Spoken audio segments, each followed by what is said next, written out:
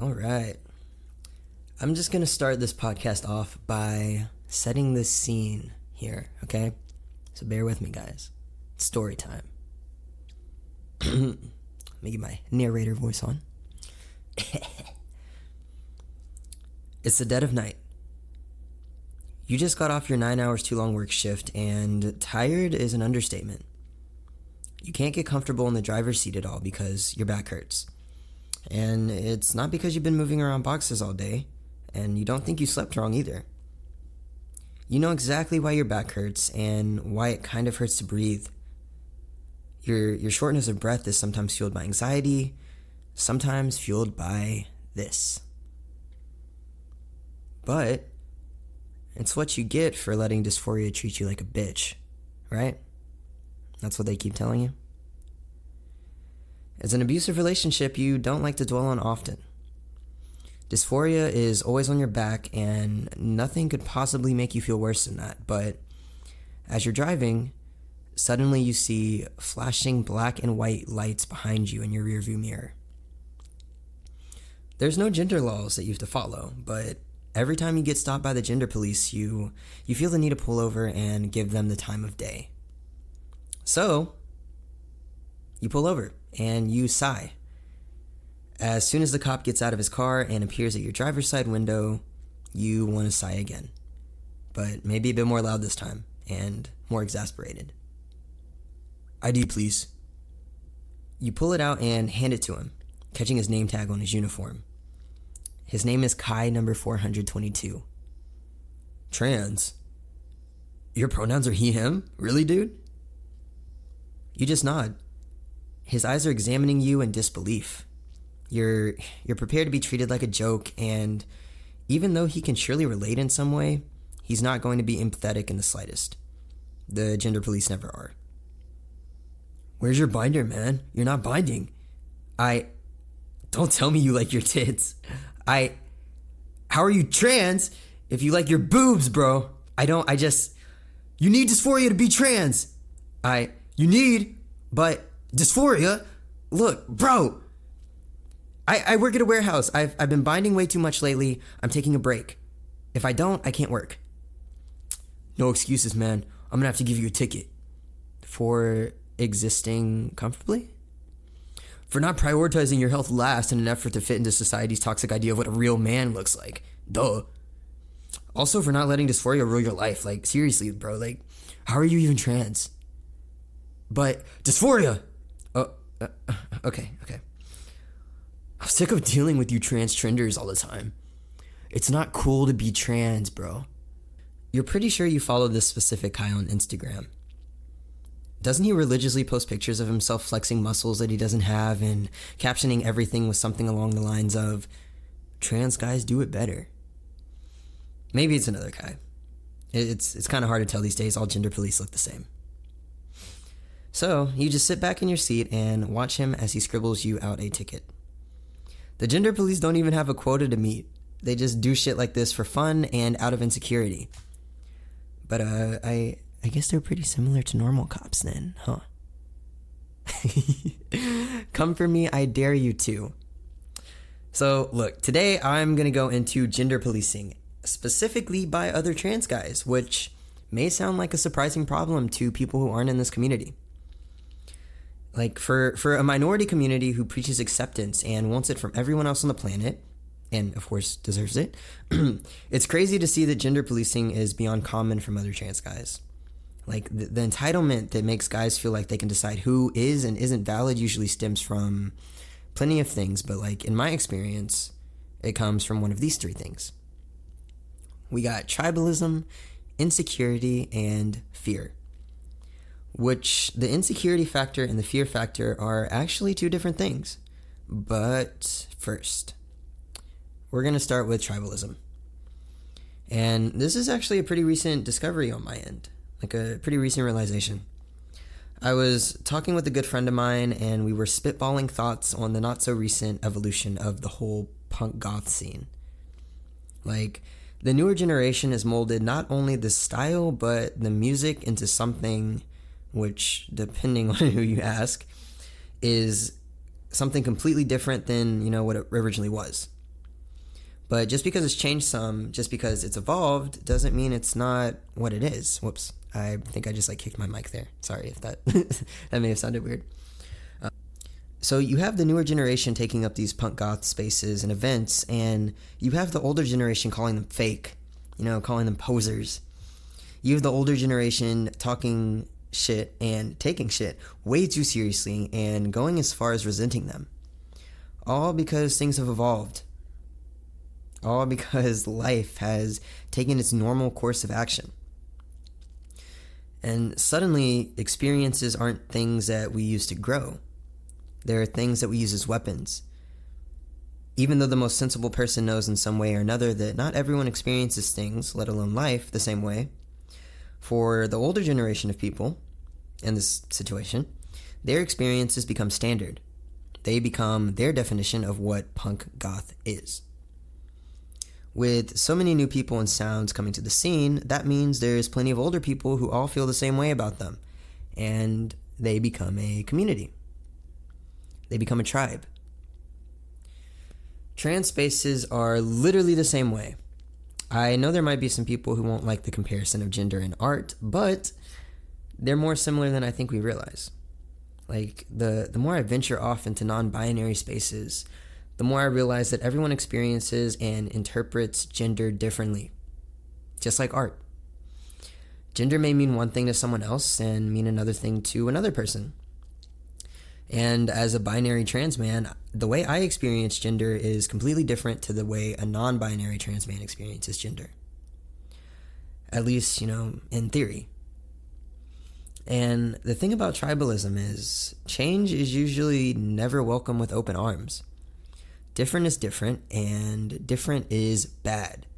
Especially if you grew up here in America, different is bad. Different is always bad. If you're different, you can't be a part of the tribe. If you're not a part of the tribe is inclined to not accept you. Not being like the tribe means you're a threat to the tribe. So the tribe can't just let you exist peacefully. That's not how this works.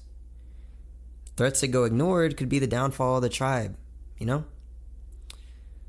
So you bring in the trans guys telling you that you literally don't exist because you experience gender differently than they do.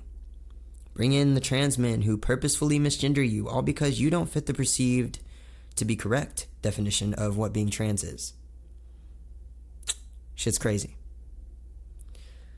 Insecurity, on the other hand, is a huge part of trans culture, just like tribalism. For example, as a masked trans man, I get insecure around super masked cis guys. I get insecure around trans guys who are more masked than me. I get insecure around femme trans guys who pass effortlessly.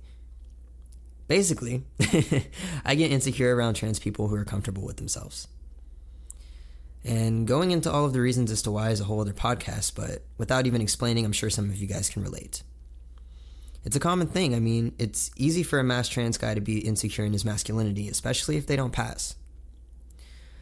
A thing I see a lot is masked trans guys calling out other trans guys for being too feminine. Calling out guys who wear makeup, who wear typically feminine clothing, who are comfortable with certain parts of their body that in theory should make them dysphoric, that kind of shit.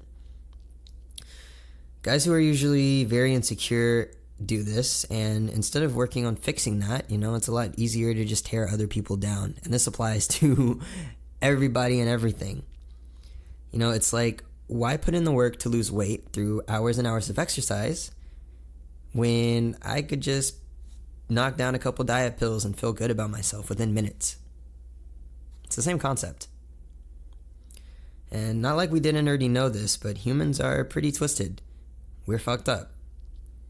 And that means there's also a lot of relief in the feeling that we get when we know someone else is worse off than us. So let's take Kai, for example. Kai's definition of being trans is being masked. It is having a flat chest and facial hair. It's about hating your body that you were born with. It's all about fitting certain gender roles, being the man. And for, let's say, Jacob, on the other hand, Jacob never binds. He doesn't want top surgery. He high key doesn't even want to start hormones. Like sometimes he gets dysphoric, but for the most part he's okay with his body. So by Kai's definition of trans, there's no way Jacob is happy. Like, is he even trans? Kai doesn't think so, and forcing his opinion onto Jacob makes him feel better about himself because Jacob is proof that Kai is trans. Kai is definitely a man. By invalidating Jacob, Kai gets to validate himself. Which this brings me to the last thing I mentioned, fear. The more Jacobs there are in the community, the less Kai's shitty opinion weighs. And it's scary when things you relate to and know change into things that you don't. Like with Tumblr, Twitter, Reddit, all these social media sites making people of all walks of life a lot more visible, things have the power to change overnight. It's overwhelming. And instead of trying to keep up, which is beyond difficult for a multitude of reasons, it's a lot easier and also reaffirming to just stick with what you know. You can be right even when you aren't. Oh, did you hear the dog? I hear the dog. So being right even when you aren't, it's a thing. And usually whenever I mention that or talk about it or think about it, the first thing that comes to mind is Trump and his supporters. And yes, this is getting political, excuse me. As if this whole podcast isn't political. Anyway, but yeah, if you believe you're right, you're right. And that's why trying to get logical and rational with his following is a waste of time. It doesn't matter how many times you show them proof that Trump said something racist or actually did this instead of that. If they don't believe it, it isn't real. And let's not even talk about how you can't really believe in facts because they already exist. We know they exist, and you can't believe or not believe in something that already exists. But that's not this podcast, so I'm going to go ahead and segue back into what I was talking about before. The same logic applies to trans men who believe there's a specific way to be trans. And to those listening who are like, well, didn't you just say you can't believe in facts? Facts about being trans exist. You have to have dysphoria. The fuck are you on? For everyone wondering, I'm on acceptance and evolution. What about you? And if you really want to get into facts and definitions, the textbook definition of transgender is as follows. Denoting or relating to a person whose sense of personal identity and gender does not correspond with their birth sex. Nowhere does it mention that gender identity disorder is necessary. Whenever we decide to medically transition, usually at some point we have to validate our transness by proving we have GID, gender identity disorder. It's gatekeeping, it's restraints, and it's also a way the government can control who's different and who's not, aka who's problematic and who's not. And I feel like if I took this apart, I could boil it down to some form or small part of capitalism, but I'm not going to go there. But because of this, we have a shit ton of trans dudes who fully believe that dysphoria is necessary to be trans. It's scary and upsetting to think that it isn't because that means all their turmoil growing up AFAB, which is assigned female at birth, was pointless. That means the identity they finally feel comfortable with and have latched onto isn't as important as it's supposed to be. It's that whole thing of, if anyone can be trans, am I actually trans? And see how that clicked back into the insecurity shit.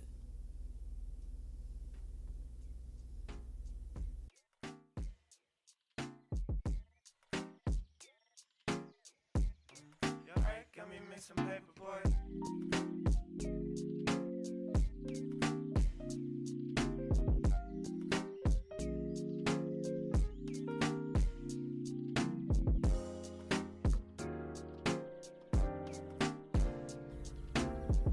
I'm in a lot of trans and non-binary Facebook groups, Reddit communities, like Discord chats, all that shit. And I see at least once every couple days a trans guy posting about how they're comfortable with their AFAB body, how they don't ever want to start T because they like their voice or they like their face or they just don't want to. Something along the lines of being comfortable in their skin and not wanting to change anything.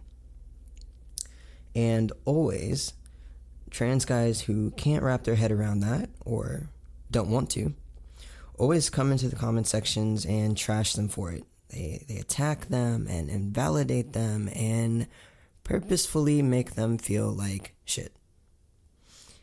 I hate seeing it, and I hate how toxic our community has become. And I mean, it's always been toxic, but social media makes it a lot more visible, and it makes it a lot more easy. We get enough of people trying to invalidate us on the daily, people who don't understand us, people who don't want to understand us. Even though it's almost 2020, we've accepted the fact that most cis people in one way or another are going to give us a hard time, whether it be personally, systematically, or even voluntarily. But we don't usually expect it from people in our own community. At least, we used to not expect it. Like I said, social media makes everyone more visible, including the shitty gender police trans people. And within the past couple years, they've become super loud, super obnoxious, and super visible. All because they're scared, insecure, or both. Most likely both. And you bet I'm going to call people out for it. I have no shame about doing this. I do it on Twitter all the time. Tribalism is an important thing in minority communities. So people like Calvin and Ryan, and for those of you who don't know who they are, they're two big, edgy trans guys whose platform got big because basically they love invalidating other trans people and other non-binary people. So Calvin and Ryan have like this huge following because, unfortunately, there's a lot of toxic trans people in our community. Those guys being YouTubers gave them a platform to show it off, and finally all the toxic trans men, the self-promoted gender police, have something to latch on to. They were finally able to create a tribe of their own. And now that YouTubers like them exist and, like social media, like influencers, now that those people exist, all these toxic trans people are finally being, quote unquote, heard by each other. Completely by each other. And the fact that they tend to conjugate in echo chambers isn't necessarily a bad thing. It still sucks that they're conjugating in the first place, but at least they're spitting their nonsense to basically each other because they're the only ones that care. And look, there's literally no logical reason to not accept evolution, right? To not accept change. Going against the way the world works is exhausting, which is why these people never get very far. This is why whenever they step out of their echo chambers, they get attacked. And by attacked, I mean they get told just how wrong they are. But being wrong is scary, and no one wants to be wrong, so back into the echo chamber they go. We have to go through the same thing when we try to educate people on what being trans is, what it can be, we're told we get wrong too. The only difference is we're not insecure in our identities in relation to being trans. We're keeping up with the times, up with evolution. We know what it means to be trans, and even though the attacks and trashing of our identity out of pure spite definitely sucks, and definitely sometimes gets to us, we know how the world works. We know we're okay, and we know we exist. And don't get me wrong, it's easy to doubt ourselves, but that's human regardless of the status quo of your community. It's okay to doubt yourself. Sometimes you may not feel trans because you literally detest to the idea of starting tea. Yo, that's okay. And that doesn't make you any less valid because you have those thoughts. It doesn't make you any less trans. But the gender police will definitely tell you that. When you're weak and doubtful, that's when they usually attack. And sometimes you don't get like that until their attacks wear you down into nothing but like a blob of self-doubt. That's their game. They don't have the material necessary to build themselves up. So they break people down and then use what's left to make themselves feel better. That's how this game works. That's how it is. And in hindsight, this episode may be something only trans people or non-binary people can relate to. But I really hope there's something that all the cis people listening can take from this. This is something I've wanted to talk about for a while. I know way too many trans guys who face issues with the gender police on the daily, and high-key, it just makes me sad. As a mask-passing trans guy, I'm thankful that I don't have to deal with it. But as a mask trans guy, I hate to say / admit that I've been in the gender police issues before. When I first started transitioning, I was beyond insecure. High-key still am. But especially being here in the South, gender roles are literally ingrained into everything. No matter who I was with, I'd offer to pay for meals. If I couldn't hold the door for a chick, I'd get mad. I'd get mad if my dad held the door open for me. I'd get mad if my dad was polite. I went to tech school just to do HVAC work solely because it's it's a man's work. It's dirty. It's gritty. It's you're working with your hands. All that stuff we stereotypically associate with masculinity. I'd almost feel disgusted, honestly, whenever I saw really femme guys, trans or not. Being a man meant certain things to me, and I held on to that like it was the only thing keeping me alive. Which, in a way, at the time, it was.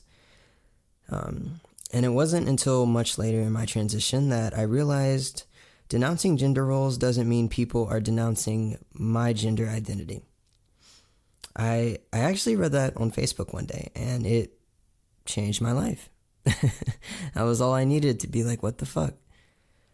But I've always been a very black and white kind of person, so realizing non-binary people existed and were just as valid as me was an entire journey. I think I just hit the mic again. Whoops.